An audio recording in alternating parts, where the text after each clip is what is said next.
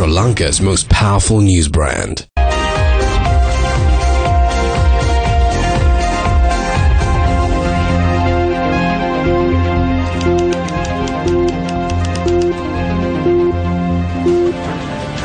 Bringing you the latest news from around the world, and here at home, I'm Sandro Ferdinando. And I'm Arundhati Mudanayaka. Let's take a look at the stories making headlines this evening.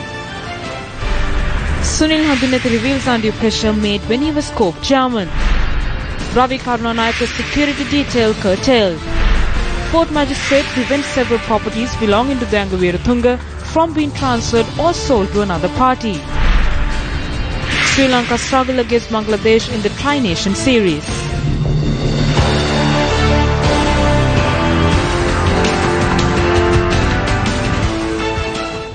Now the stories in detail. Addressing a public rally in Vallavaya, President Maithripala Sirisena shared these views.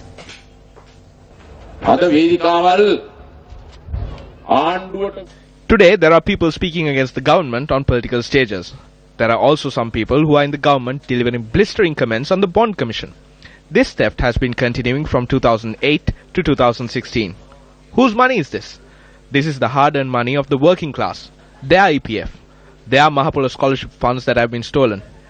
This is the money that is there to bring medicine to support the free healthcare system in the country. This is the money that is there to provide free education to the innocent children of this country. This is the money that is there to develop your infrastructure facilities. This is what has been stolen. This statement is not just aimed at a group within the government. This is a tragic tale that goes back to 2008. Do not forget this. When the report was submitted by the Serious Frauds Investigation Commission, I saw plenty of big names. There are a lot of people in these reports. I will take appropriate action. I will make sure that they are brought before the law, prosecuted and put in prison. As a government, we will take back the money that was stolen. That is my responsibility. I will make sure that I fulfill this responsibility. They formed a new party against the SLFP and they are saying, let's return to a time before 2015. It doesn't matter if you turn back. The people involved in the bond scam will have been punished. The thieves will have been caught. They would have been taken before the law. They want to come into power so that they can burn these reports and dismiss the cases that are there against them. That is the purpose of their slogan. Do not falter or turn back. With your support and the support of these ministers, I will take the SLFP forward.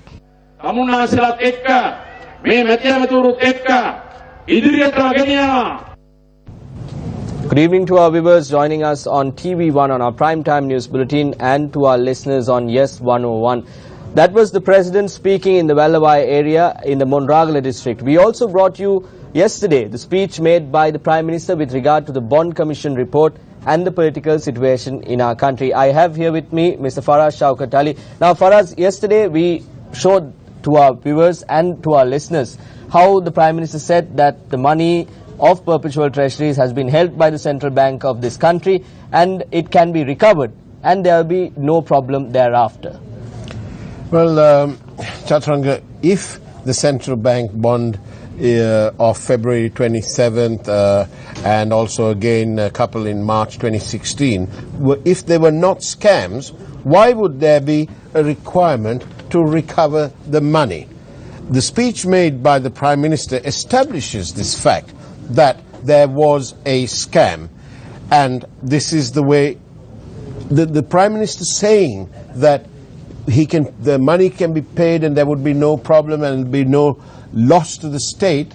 That's an acceptance that this was a scam. Faraz, he also made a statement in Parliament in March 2015 to say that he insisted on a system change with regard to how the bond auctions are being carried out. Why did the Prime Minister in his speech say that the officials involved in this will be punished? Is he trying to sacrifice anyone or is he trying to do something to get over this issue at hand?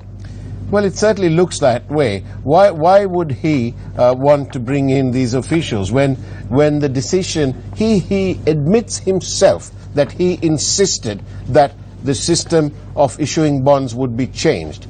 Thereafter, it was his friend and the person that he appointed as the governor of the central bank who went ahead and carried out those instructions. Mr. Mahendran admits as much. And it is very clear that they are trying to pin the blame, apart from on Ravi Karunanayaka and Arjuna Mahendran, now they're trying to pin the blame on these officials at the central bank. So I suppose all these officials who are trying to do an honest day's work ought to be fully aware of what's going to happen. And it's absolutely clearly not acceptable for the Prime Minister, with all his expertise, 40 years in Parliament and so on, and 4 times the Prime Minister of this country. For us, now some would say, one can point the finger at us and say, y'all are targeting the Prime Minister, y'all are saying this, and y'all are doing this to the UNP. Are we targeting the Prime Minister, for us? Look, I'm glad that you raised the question. But let me say this. This is very, very, very sad for what we are doing. We're doing our job at the end of the day. We're reporting, we're explaining the news and holding officials to scrutiny. That's the job of the media. But it gives us no happiness to do this to our Prime Minister, who has been a friend of this group, who's known to several directors of our group for several years. It gives us utter heartbreak to do this, because at the end of the day, he is our Prime Minister. But please understand that we are doing what we have to do in the national interest. And there is no way that we are targeting this Prime Minister or the party. What we're doing is bringing the facts to the attention of the people. The people of this country cannot be taken for a ride. They will not let it happen. Thanks to modern technology and the decimation of information, people are far more aware than they were all those years ago. For us, with all that is happening, shouldn't the Prime Minister resign even until the investigations are properly concluded?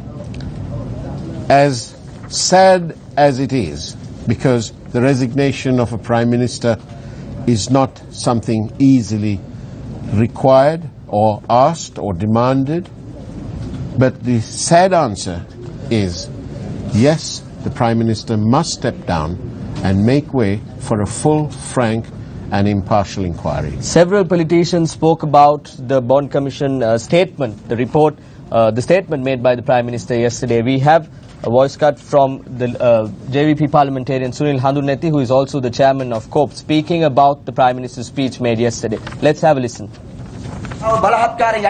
They conspired to force me back down. You saw recently, even the President was forced to walk out of cabinet recently. That is also because of this Bond report. I had to walk out of Parliament when I was preparing the COPE report. Now once the contents of the Presidential Commission are being inquired into, the President couldn't remain in Cabinet because the gang of thieves are in it. First they surrounded COPE, now they have surrounded Cabinet. What should the President do? He shouldn't be going around making statements. There is a precedent with what happened to Lalith Kotalawala. Once the investigation concluded, the AG and the CID advised to seize all the assets of Lalith Kotalawala for the benefit of the Golden Key depositors. I wonder if he can remember this. Instead of speaking at rallies, the President can issue an order to seize the assets of those who are involved, freeze their bank accounts and suspend their passports. This should be the initial step. Now for us, the Prime Minister of this country is being criticized by the media, he's being criticized by the politicians, he's being criticized by everyone in the country. And this is the Prime Minister of this country. The people involved in corruption should be put behind bars. The money should be recovered. The fines that are due should be imposed and ensured that payment is made and credited to the consolidated fund. And what's the hindrance about that? They broke the rules. That's what they should be doing. For us, several more politicians spoke about the report and the statement made by the Prime Minister yesterday. We have KD Lalkantha, a Politburo member of the JVP, speaking. Let's have a look. When this government came into power, the exchange rate for a US dollar was 130 rupees. Now it has increased to 150 rupees. This happened because of the massive fraud that was committed. Now they are saying there is no issue and the people didn't feel a thing. After looting the central bank, they are saying there is no loss to the country. The central bank suffered a shame at the international level, and all this was under Ranil Wickremesinghe. So how can he shamelessly say there was no loss to the nation and they would get this money back? He shouldn't be the Prime Minister. He should be tied up with Ravi Karunanayake and put in front of a bullock cart or taken to the field. We need to tell Maithripala to take these two into a paddy field in Polonnaruwa.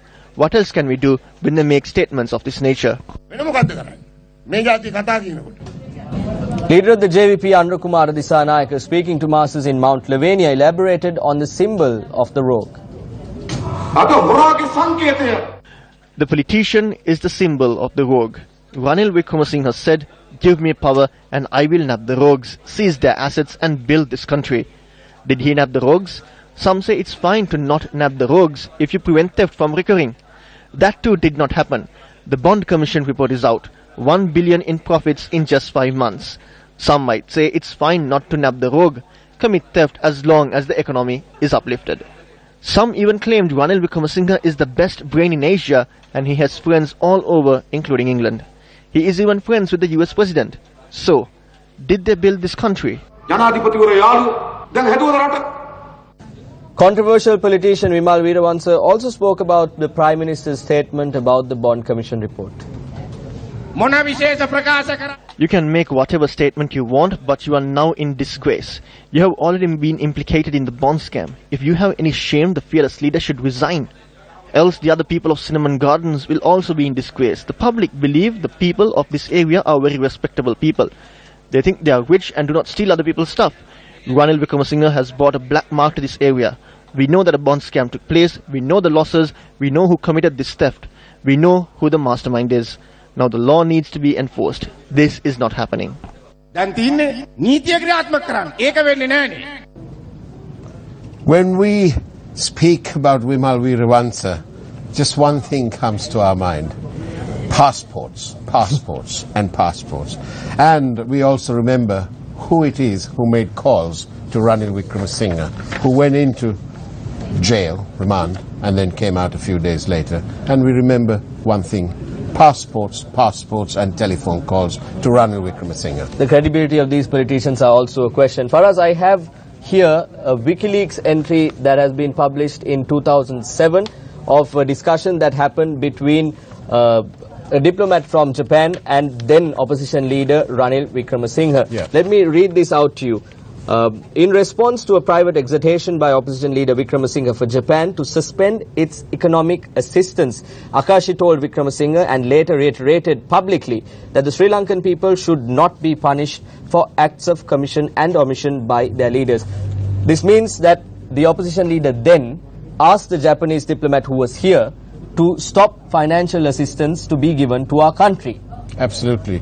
And that is absolutely shocking news, because we must bear in mind that this is back in 2007. It was a time when our government was trying to get the terrorists back onto the negotiating table and was trying to get international opinion to help them along that way. And for the leader of the opposition, Ranil Wickremesinghe, at that time, it's nothing short of a traitorous act. It's absolutely astonishing that Mr. Wickremesinghe would do this and put his own agenda, perhaps his party's agenda, before country. It's a pity that Mr. Wickremesinghe doesn't appear to have known all this thing about, in the UK they say king and country or queen and country, and in this country it should be the president and the country, not your personal agenda. Shocking. Now with that for us, let me draw your attention to several statements made by several backbenchers, including ministers, deputy ministers, coming before the media, coming before the general public and speaking about this bond transaction. I'm talking about backbenchers of the United National Party. We also saw how Minister Harin Fernando spoke about this issue and how he tackled it. We have another statement made by Minister Harin Fernando, the Minister of Telecommunications. He was speaking to a group of people in Kandy. Let's have a listen to what he had to say. The former leaders of the United National Party are not thieves. Dudley Senanayake was a 4-term Prime Minister. He only had 400 rupees in his account when he passed away.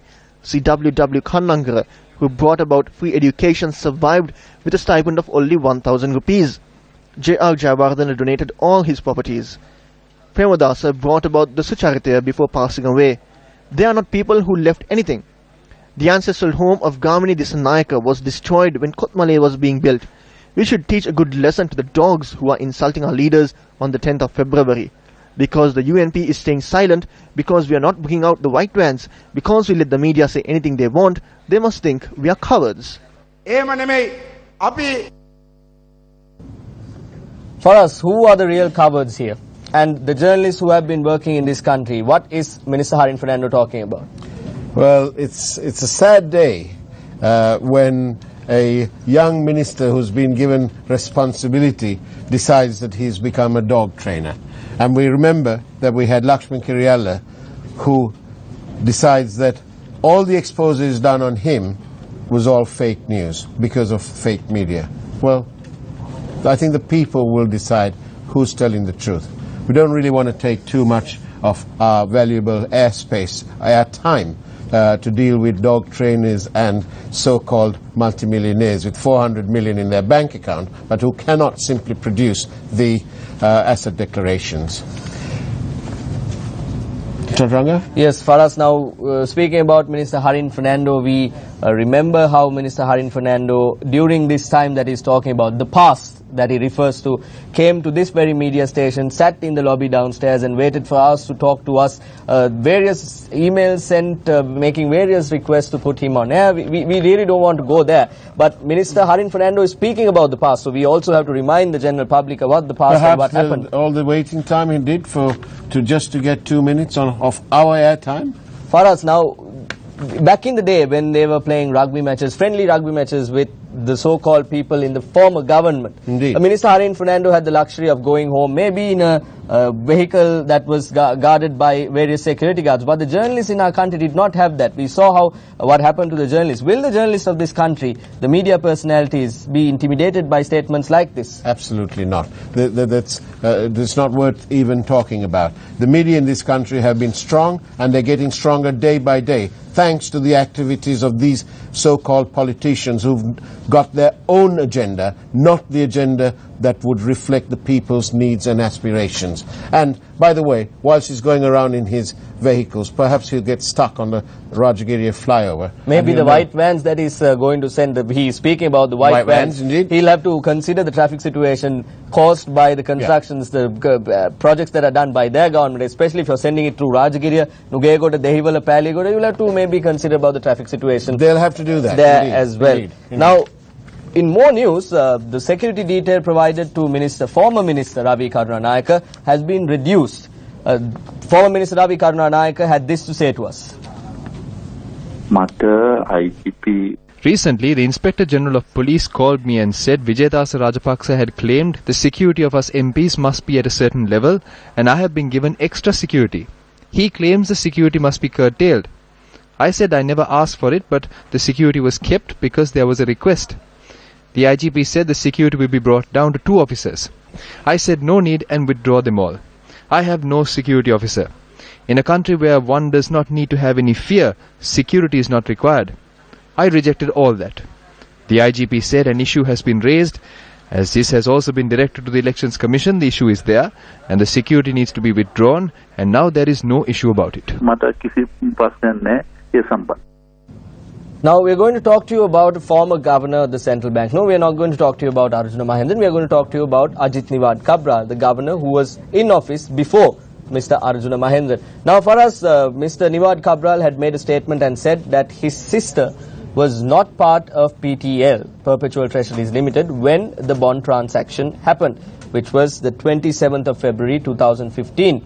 We have information to say that Mr. Ajit Niwad Kabral, the former governor's sister, Ms. Siromi Noel Vikramasinghe, resigned from Perpetual Capital Private Limited on the 4th of December 2015. Now we all know the company structure of Perpetual Treasuries Limited, and we all know, we have reported on this continuously as to how the company is made up.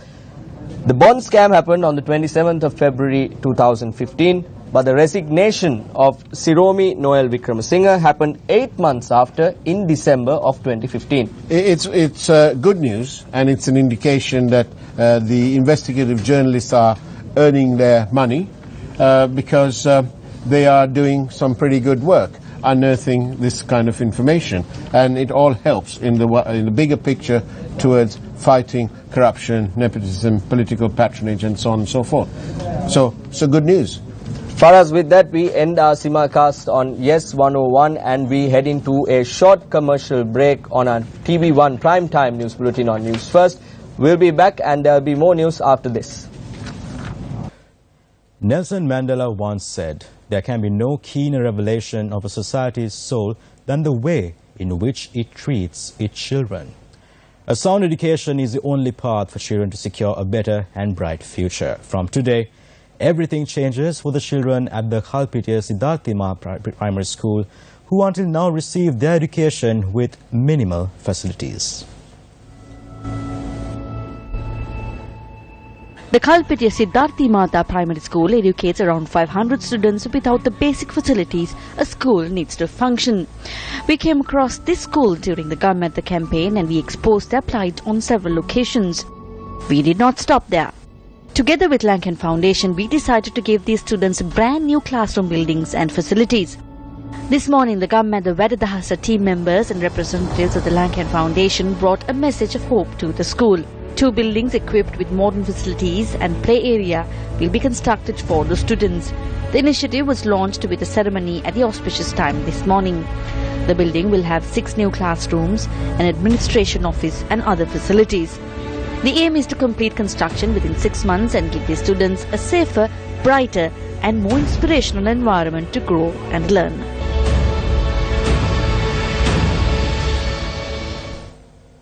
Here's a look at key judicial proceedings from the day.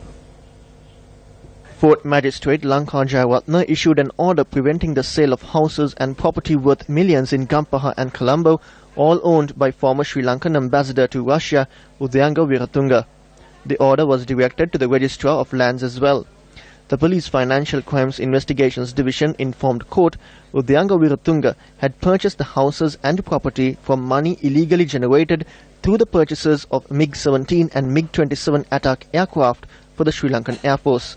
The order was issued by the magistrate after taking matters into consideration. The Supreme Court today rejected the fundamental rights petition filed by the Sri Lanka Podujana Peramuna against their nominations for the Maharagama Urban Council being rejected. The petition was not taken up for consideration at all.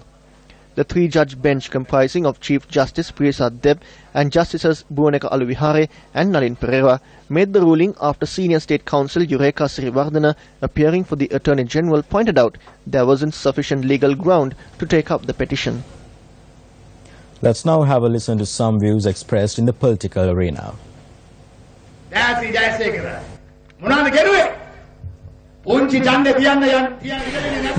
Jayasekara used Mahinda Karunatilaka and obtained a court order against conducting the local government elections. Back then, Dayasiri said Mahinda Karunatilaka is not with them. Here you can see them together.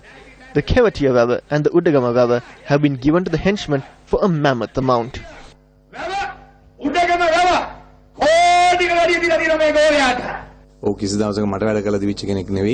He never worked for me. He was not involved in my campaign.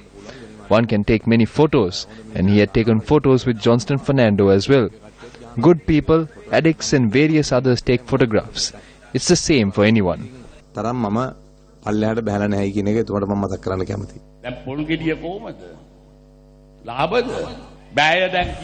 you buy a coconut for cheap? The people are struggling to even survive on one meal.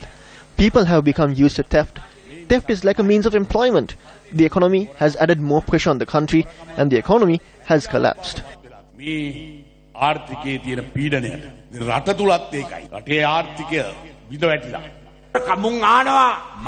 former chairman of Tangol murdered a man and raped a woman in public. After the meeting, this man tells the rapist and murderer to get into the car. He did so in the presence of thousands of the people and showed that criminals belong to him. This government looked into the bond issue. The loss is 11 billion rupees. 12 billion of Aloysius's money is retained at the central bank. By 2020, all the Rajapaksa henchmen will have only one address, and that will be Valikada.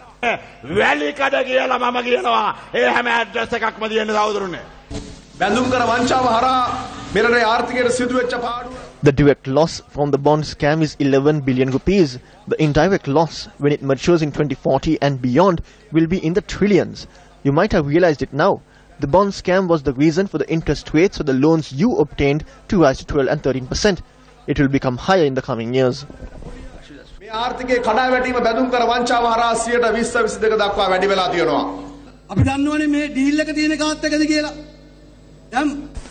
aware with whom this deal was made. Some are speaking against the United National Party in the open, but the deal is between the United National Party and the Sri Lanka Podujana Peramuna. The government and the president have no deal with the UNP. The only deal we have is to protect the people of this country.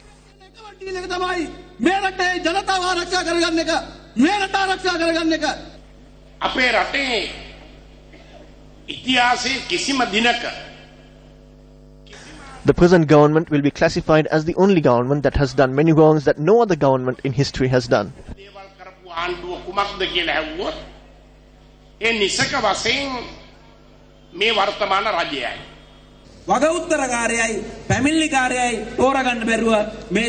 They have confused themselves with the complainant and the respondent.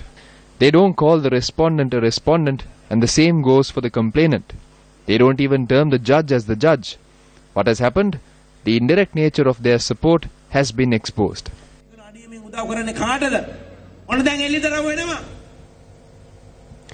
Deputy Leader of the UNP Minister Sajith Premadasa, addressing an event in Tissa Maharama today, shared these views. They brought in laws for the sake of farmers who don't own the land that they cultivate. Yet there was a big gap. This gap was created for the benefit of landowners, not for the benefit of these farmers. However, this government will bring in laws and regulations to secure the rights of these farmers. This week, Fox Resorts once again has been recognized by an international booking engine for outstanding service. New on the scene of Sri Lanka's boutique hotels, Fox Resorts has instantly made a name for itself with 2 properties. Ranna Beach Villa reached the target of being preferred property with outstanding service by Booking.com and has been awarded Guest Review Award for 2017.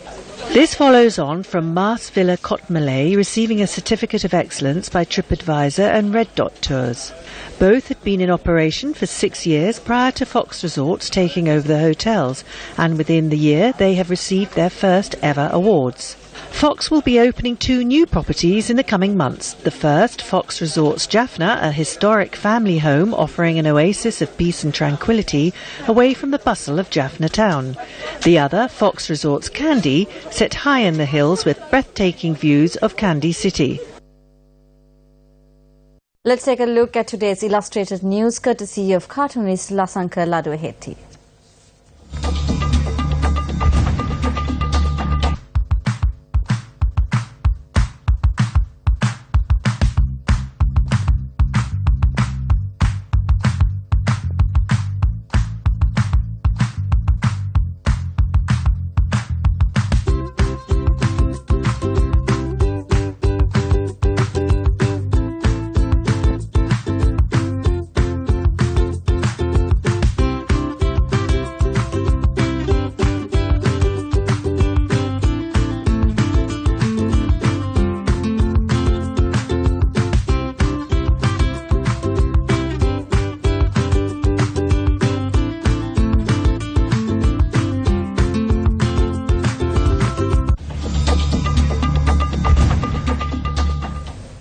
And with that, we wrap up tonight's edition of Primetime News. Thank you very much for joining us. I'm Arundhati Hundarnayaka. And I'm Sandhu Ferdinando. Do take care and good night.